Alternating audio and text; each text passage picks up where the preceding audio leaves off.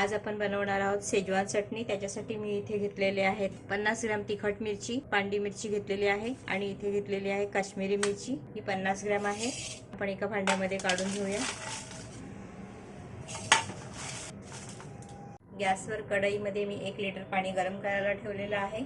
त्याच्यामध्ये मी 1 लिटर पाणी घेतलेलं आहे। तुम्ही मिरची डुबेल एवढी पाणी घेऊ शकताय आणि त्याच्यामध्ये आपण या मिरच्या टाकून घेणार आहोत। आता ह्याला एक मोठी उकळी घ्यायची आहे किंवा 10 मिनिटं आपण ह्या पाण्यामध्ये उकळवून घ्यायचे आहेत। तुम्हाला वाटल्यास तुम्ही 3-4 शिट्ट्या करून कुकरमधून शिजवून घेऊ शकताय। पाहूया 10 मिनिटं झालेली आहेत। मिरच्या छान सॉफ्ट झालेल्या आहेत। मी मोठ्या गॅसवरती 10 मिनिटं मिरच्या उकळवून घेतलेल्या आहेत पाण्यामध्ये। आता मी गॅसची फ्लेम बंद करते आणि हे पाणी पूर्णपणे गार होईपर्यंत, थंड होईपर्यंत हे साईडला ठेवून देते। गॅसवर कढई ठेवलेली आहे। त्याच्यामध्ये 4 ते 5 टेबलस्पून मी तेल घातलेलं आहे। चटणीसाठी तेल जास्त वापरायचं आहे। आता आपण त्याच्यामध्ये टाकणार आहोत की क्रश केलेलं आलं आणि लसूण।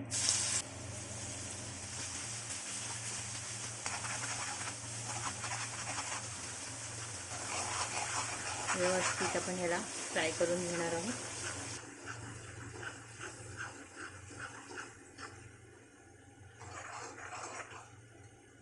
काही सेकंद आपण छान ह्याला फ्राय करून घेतलेला आहे। गॅसची फ्लेम मीडियम टू लो ठेवलेली आहे। त्यातच आपण टाकणार आहोत हे कोथिंबीरच्या दांड्या बारीक चिरलेल्या 2 टेबलस्पून घेतलेल्या आहेत। 1 टेबलस्पून मी इथे बारीक चिरलेली सॅलरी घेतलेली आहे। त्याच्याने चटणीला खूप चांगला सुगंध येतो आणि चवही चांगली लागते।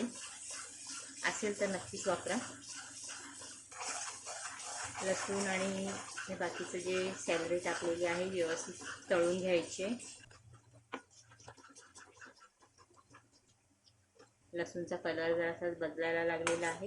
आता आपण त्याच्यामध्ये टाकणार आहोत ही पेस्ट जी तयार केलेली आहे ती याच्यामध्ये टाकायची।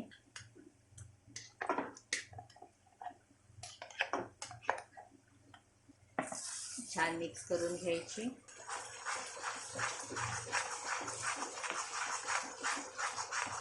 आता हे आपण छान 10 मिनिटं शिजवून घेणार आहोत मंद आचेवर। 10 मिनिटं झालेली आहेत। पाहूया आपण।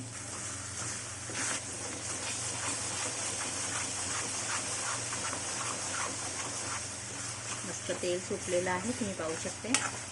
जरा सुद्धा कुठे लागलेलं नाही आहे। आता ही चटणी आपण पुन्हा एकदा पाणी टाकून शिजवून घेणार आहोत। तर तिथे मी मसाल्याचं जे काढलेलं पाणी आहे ते आणि मिक्सरच्या भांड्यामध्ये मिक्स करून घेतलेलं आहे ते आपण चटणीमध्ये टाकून घेतलेलं आहे। ह्याच्यामध्ये आपण व्यवस्थित सर्व साहित्य शिजवून घेणार आहोत। आता आपण ह्याच्यामध्ये टाकणार आहोत 3 टेबलस्पून साखर। इथे मी टाकते अर्धा चमचा काळी मिरी पावडर, चवीप्रमाणे मीठ। तर इथे मी 2 टीस्पून आणि अगदी थोडंसं असं 2.5 टीस्पून मीठ टाकलेलं आहे किंवा चवीप्रमाणे मीठ टाकू शकते। शेवटी पुन्हा एकदा तुम्ही चाखून पहा, जर मिठाचं प्रमाण कमी वाटलं किंवा साखरेचं प्रमाण कमी वाटलं तर पुन्हा एकदा थोडंसं ॲड करू शकते। आता हे सर्व एकजीव होईस्तोवर शिजवून घ्यायचं आहे। हवं असेल तर तुम्ही याच्यात अजूनही पाणी ॲड करू शकते। त्यातच आपण टाकणार आहोत 1 टीस्पून सोया सॉस। चटणीला चांगलं टिकवून ठेवण्यासाठी आपण त्याच्यामध्ये टाकणार आहोत 3 ते 4 टेबलस्पून व्हाईट व्हिनेगर।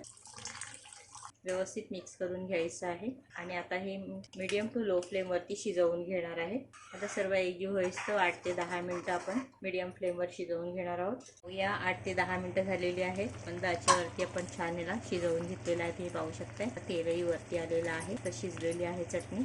आता मी इथे घेतलेलं आहे 2 टेबलस्पून कॉर्नफ्लोर। त्याच्यामध्ये आपण 4 टेबलस्पून पाणी टाकणार आहोत आणि व्यवस्थित मिक्स करून घ्यायचे।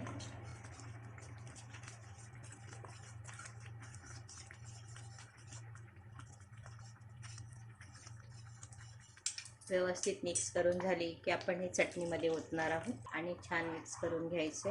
चटणीला दाटपणा येणार आणि छान शायनिंग येणार ह्याने।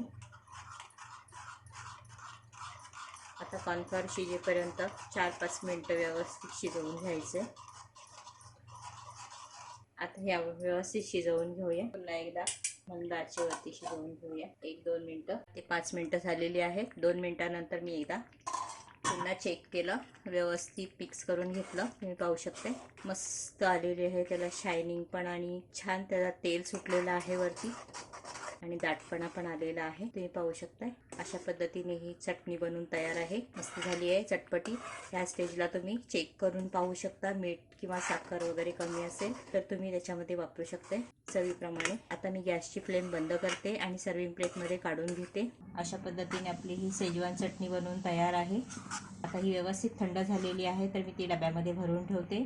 ही तुम्ही चायनीज भेळ, मंचुरियन बॉल्स, फ्राईड राईस किंवा नूडल्स बरोबर खाऊ शकताय, चायनीजच्या कोणत्याही रेसिपी बरोबर खाऊ शकताय। तुम्हाला हा व्हिडिओ आवडला असेल तर व्हिडिओ खाली लाईक करा, फ्रेंड्स फॅमिली बरोबर शेअर करा, नेहमीप्रमाणे कमेंट करायला विसरू नका। धन्यवाद।